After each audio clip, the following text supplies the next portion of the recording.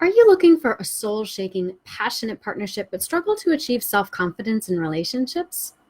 Now, most people would say they would love to have a deeply satisfying romantic relationship, yet they often find themselves doubting that such a thing exists, or even if it does, it just isn't meant for them, either because their home life was troubled or they believe that somehow they're doomed to suffer the same fate as their parents.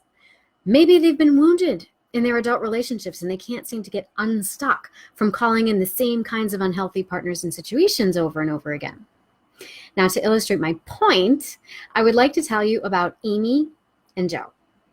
Now, Amy is a very creative and talented young woman. She has a deep sense of independence and a love of the underdog. She has a natural charisma and a talent for mastering anything she puts her mind to. She's also very analytical and takes great pride in having an unbreakable work ethic. She has a few really good friends, but most of her social interactions are with amicable acquaintances. She's not a huge fan of dating seriously, though men are typically pretty attracted to her.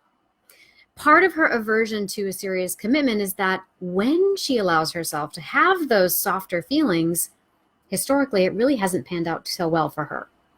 Now, in the past, Amy had a pattern of falling headlong into relationships, and she would feel intensely intimate and connected with her partners for about 3 months. After that, she starts to feel overwhelmed and as if things move too fast for her. Her romantic feelings begin to wane and she starts looking for that stimulation in a new and different partner.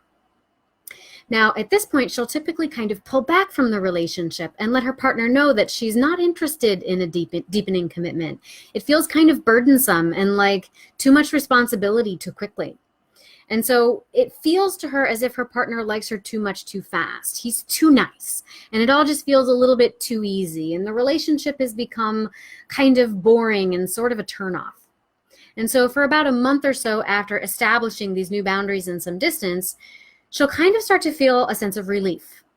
Now, if the partner is more anxious in nature, they will typically then pick up the slack and take on the majority of the responsibility to maintain contact. And they'll try to exhume the past 3 months just as they were.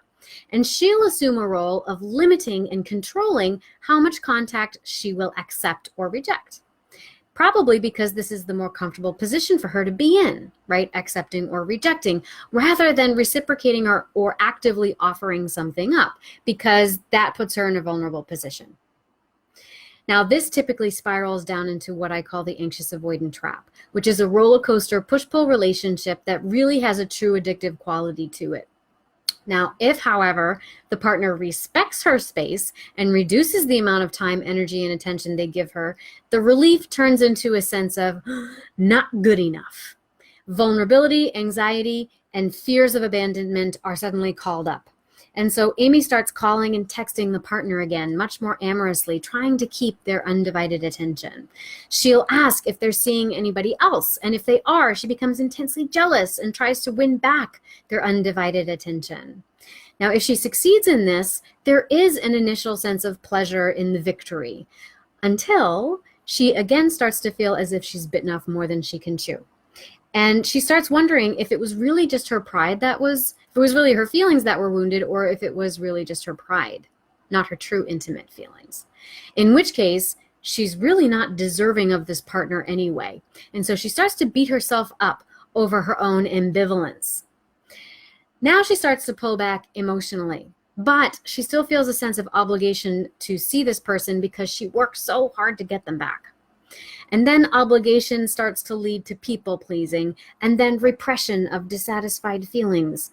She'll say yes to things that she doesn't actually really want to do, and play along with future talking, only to use these passive-aggressive tactics to kind of wriggle her way out of them. And then when the time comes to act, it's like she'll say something that she will join her partner at dinner, or she'll meet families or family members and at a cookout or a barbecue. And then at the last second, she'll have to cancel for a variety of reasons, right? Maybe she's working too late, and probably it's true, but that's because she spent the whole day creating scenarios so that at the end of the day, she has this extra work she has to do, right? Maybe she just didn't work as hard as she normally does, knowing that it was going to pile up and she would have to cancel on some level. right? Or every time maybe she's supposed to meet a friend, or participate in an intimate getaway, somehow it's spoiled. She gets a migraine or food poisoning, or miraculously the dog needs to go see the vet. Okay, so the constant maneuvering tends to lead to resentment and feeling trapped and smothered. And then eventually Amy hits a threshold and she wants to end the relationship, seemingly out of the blue, and to her partner. And the partner is really left wondering, well, what happened here? Now, Amy's presentation is particular in the level of ambivalence she's experiencing in her relationships based on how much her anxiety and her fears of abandonment may be triggered. And so that manifests as a need for control in order to feel comfortable with intimacy. And that need fluctuates based on what she considers to be an optimal emotional and physical proximity to her partners. Now, in other words, sometimes more distance allows for greater control, i.e., absence makes the heart grow fonder, right? Until the distance might lead to a loss of control, out of sight, out of mind. This is control over the other, okay? Now, Amy kind of had a sixth sense for detecting just the right recipe when it came to keeping her partners at a comfortable degree of closeness. Not too close, not too far, but just enough to kind of keep them hanging on. And I believe today some people refer to this as breadcrumbing, okay? So now let's just take a look at Joe. So Joe is a deeply compassionate person. He's the kind of guy that makes friends in every room and ends up being the designated mediator and therapist among them, right? He always has a warm shoulder and a willing ear to offer someone in need. And he really longs to meet a partner to share things with, because it's just not as fun doing things alone, and everything tastes just a little bit sweeter when you do it with someone you really love. And in love and relationships, sometimes Joe gets into trouble because this desire for connectedness compels him to fall pretty hard, pretty quickly into relationships and for partners that give him only just a little bit of attention. And because he's so compassionate and observant, he tends to anticipate his partner's needs. As a result, he ends up giving a little too much and trying just a little too hard. And he doesn't really like to think of it as giving to get, but he does expect a partner to contribute as much as he does to the relationship.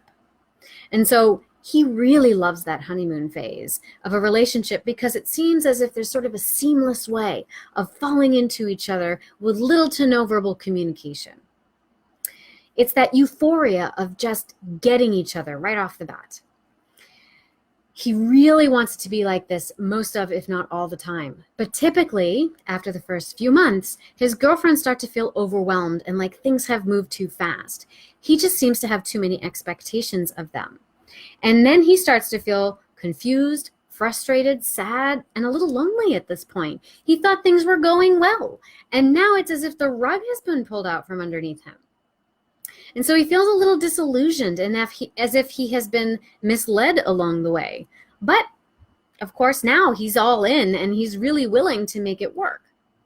So he starts bending over backwards to try to suit what he thinks his partner wants.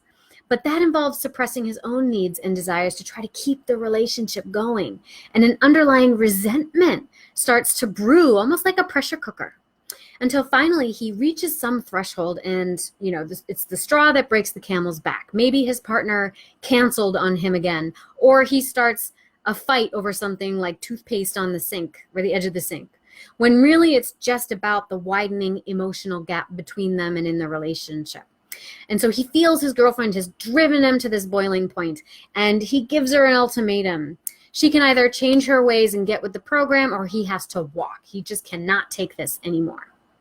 And his girlfriend says that she can see that he's unhappy. And you know what? Perhaps a break really is a good idea.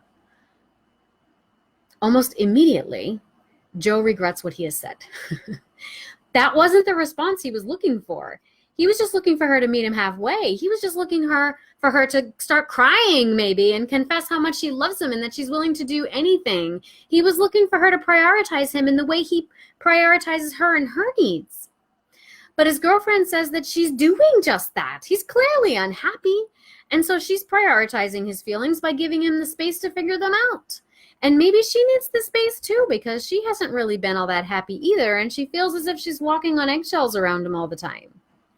Well, now Joe feels like he's been too intense. He feels like his demands were probably too high for her, and he's most likely too hard on her, and he wants to make contact and immediately apologize and rectify the situation as quickly and in any way as possible, but his pride is not going to let him act in that moment. So he goes home to his place.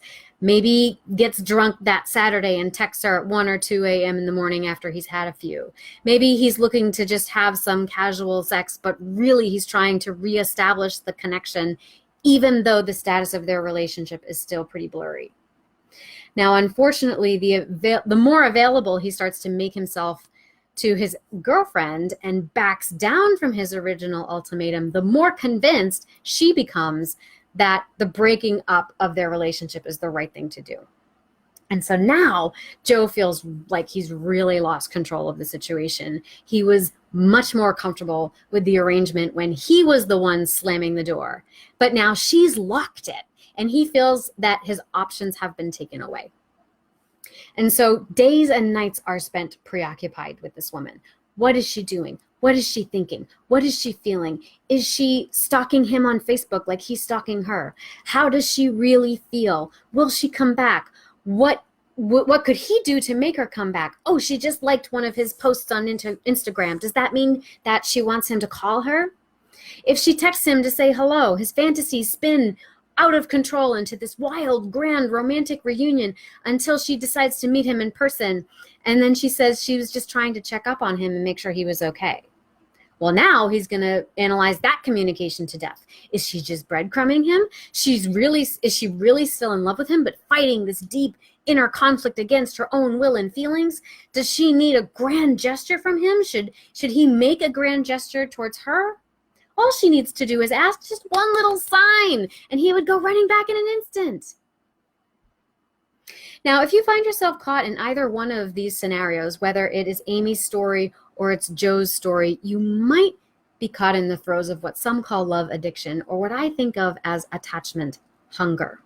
And attachment hunger tends to manifest itself through insecure attachment styles. So your attachment style is basically the way you learned how to experience and express your love. It's a love map. And for individuals with insecure attachment, this can be experienced with a heavy dose of ambivalence about how much closeness and intimacy you really need and want in your partnerships. So for fear of becoming enmeshed and over-controlled is one end of that spectrum, and or a fear of being rejected or abandoned is on the other end of that spectrum. And so anxious attachment is often equated traditionally with love addiction and a fear of abandonment. I refer to this as having an open heart attachment style. Avoidant attachment is often equated with love avoidance and a fear of being over-controlled. And I refer to individuals with this attachment style as rolling stones. Now, if you ask me, both of these forms of attachment are forms of love addiction because they are two ends of the same stick, right? Whether we're talking about wanting or rejecting love, we're still talking about love. It's the same stick, same spectrum. Now, it can, of course, be useful to know which end of the stick we're talking about, however, if you'd like an opportunity to work on the relationship, right? Or to call in relationships that are a better fit for you moving forward. Okay, so if you'd like to learn more about this and how to do that, I invite you to come to a live group call with me in which you will learn about 4 phases of your romantic journey. You will also learn about 4 romantic attachment styles. And also, I'm going to share with you an experiential activity, mindfulness-based creative arts therapies activity, to help you get in touch with your most sovereign self so that you can step into your love life as a creator of it rather than just a survivor of it. And of course, we will have time for a live Q&A. Now, there's a caption to sign up for the call in this, or in the captions of this video, there's a link to sign up. This is going to be a very intimate call with a limited number of spots available and the opportunity for you to ask questions of me directly live, face-to-face over Zoom. So why might you want to join? Well, affecting radical changes in your love life rarely succeeds when you try to do it floundering around on your own. And it's nearly impossible to improve your circumstances with the same attitude, mindset, and tool sets that you have always had, okay? And so if you decide that you want to join us in this call, you'll walk away with an understanding of your journey and a deeper sense of meaning and direction on where you've been and where it is you want to go, and certainly how to get there. You'll also have the ability to identify these 4 different attachment styles and how they might be impacting your past, present, and future relationships. And you will have some creative tools, which will involve some guided visualizations that help you to stand more sovereignly within yourself and your ability to attract the kind of love you want. And so with that, transformation is rarely linear. Sometimes progress feels like fear, and trust is a verb. And so this tribe is really here to help you trust that process. So I invite you to join us for this live intimate call. Make sure you sign up through the link in the caption of this video, and I will see you there.